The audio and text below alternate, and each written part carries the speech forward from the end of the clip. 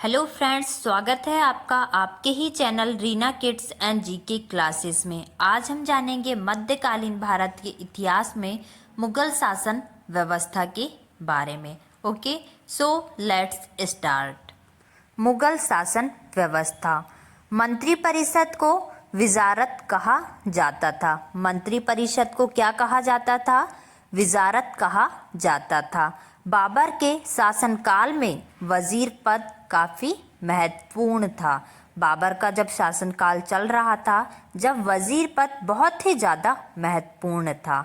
सम्राट के बाद शासक के कार्यों को संचालित करने वाला सबसे महत्वपूर्ण अधिकारी वकील था। सम्राट के बाद शासन के कार्यों को संचालित करने वाला सबसे महत्वपूर्ण अधिकारी कौन था? वकील था। औरंगजेब के समय में असद खान ने सर्वाधिक 31 वर्षों तक दीवान के पद पर कार्य किया। औरंगजेब के समय में असद खान ने सर्वाधिक 31 वर्षों तक दीवान के पद पर कार्य किया। मीर बख्शी द्वारा सरखत नाम के पत्र पर हस्ताक्षर के बाद ही सेना को हर महीने वेतन मिल पाता था। मीर बख्शी द्वारा सरखत नाम का एक पत्र होता था, उस पे जब तक हस्ताक्षर साइन नहीं होते थे तब तक सेना को हर महीने वेतन नहीं मिल पाता था। जैसे ही साइन हो जाते थे तब सेना को वेतन मिल जाता था। जब कभी सद्र न्याय विभाग के प्रमुख का कार्य करता था तब उसे काजी कहा जाता था। जब कभी कभी क्या होता था, सद्र न्याय विभाग के प्रमुख का कार्य करता था तो उसे क्या कहा जाता था? काजी कहा जाता था। लगानहीन भूमि का निरीक्षण सद्र करता था। लगानहीन भूमि का निरीक्षण कौन करता था? सद्र करता था। जिस भूमि में कुछ फसल लगी हो। सम्राट के घरेलू विभागों का प्रधान मीर समा कहलाता था। सम्राट के घरेलू विभागों का प्रधान कौन कहलाता था? मीर समा कहलाता था। प्रशासन की सबसे छोटी इकाई ग्राम थी। प्रशासन की सबसे छोटी इकाई क्या थी? ग्राम थी, जिसे मावदा या दीह कहते थे। उसे क्या कहते थे? मावदा या दीह कहते थे। मावदा के अंतर्गत छोटी छोटी वस्तुओं को नागला कहा जाता था। मावदा के अंतर्गत छोटी छोटी वस्तुओं को क्या कहा जाता था? नागला कहा जाता था। अब देखेंगे हम मुगल काल के प्रमुख अधिकारी एवं कार्य।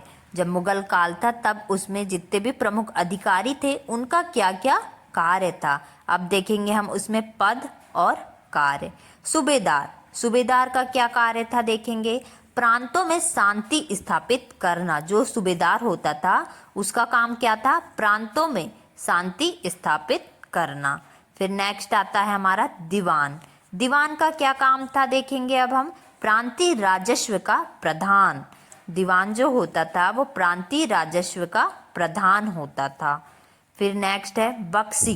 बख्शी का क्या कार्य होता था? प्रांतीय सैन्य प्रधान। जो बख्शी होता है वो प्रांतीय सैन्य प्रधान होता है और उसका कार्य देखता है। नेक्स्ट है फौजदार। अब फौजदार का क्या कार्य होता है? जिले का प्रधान फौजी अधिकारी। जो फौजदार होता है वो जिले का प्रधान फौजी अधिकारी होता है, तो वो काम देखता था वो। फिर नेक्स्ट है अमील या अलमगुजार। अब इसका कार्य देखेंगे, ये कौन था और इसका कार्य क्या था। जिले का प्रमुख राजस्व अधिकारी जो अमील या अलमगुजार है, उसे क्या था? वो जिले का प्रमुख राजस्व अधिकारी था वो, और उसका वो क्या था? कार्य था। फिर नेक्स्ट है कोतवाल।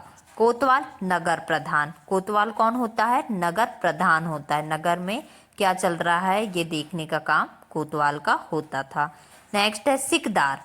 परगने का प्रमुख अधिकारी। सिकदार कौन होता है? परगने का प्रमुख अधिकारी।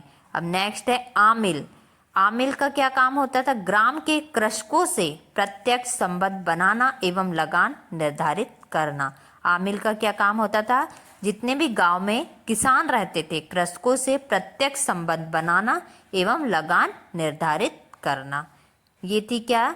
मुगल काल के प्रमुख अधिकारी एवं उनके कार्य। ओके, अब आगे देखेंगे हम शाहजहां के शासनकाल में सरकार एवं परगना के मध्यचकला नाम की एक नई इकाई की स्थापना की गई थी। जब शाहजहां का शासन काल था उस समय सरकार एवं परगना के मध्य चकला नाम की एक नई इकाई की स्थापना की गई थी। भूमि कर के विभाजन के आधार पर मुगल साम्राज्य की समस्त भूमि 3 वर्गों में विभाजित थी। भूमि कर के विभाजन के आधार पर मुगल साम्राज्य की जितनी भी भूमि थी, जितनी भी जमीन थी, वो 3 भागों में विभाजित थी। ओके, अब हम वो 3 भाग देखेंगे हम, खालसा भूमि, जागीर भूमि और सयूल गलिया मदद ए मास। ओके, तो जिसमें देखेंगे खालसा भूमि प्रत्यक्ष रूप से बादशाह के नियंत्रण में, जो खालसा भूमि थी वो प्रत्यक्ष रूप से बादशाह के नियंत्रण में थी। फिर नेक्स्ट भूमि देखेंगे जागीर भूमि, तनख्वाह के बदले दी जाने वाली भूमि, मतलब तनख्वाह नहीं दी जाती थी, भूमि दी जाती थी खेती करने के लिए। फिर नेक्स्ट है सयूल गलिया मदद ए मास, अनुदान में दी गई लगानहीन भूमि, इसे मिल्क भी कहा जाता था।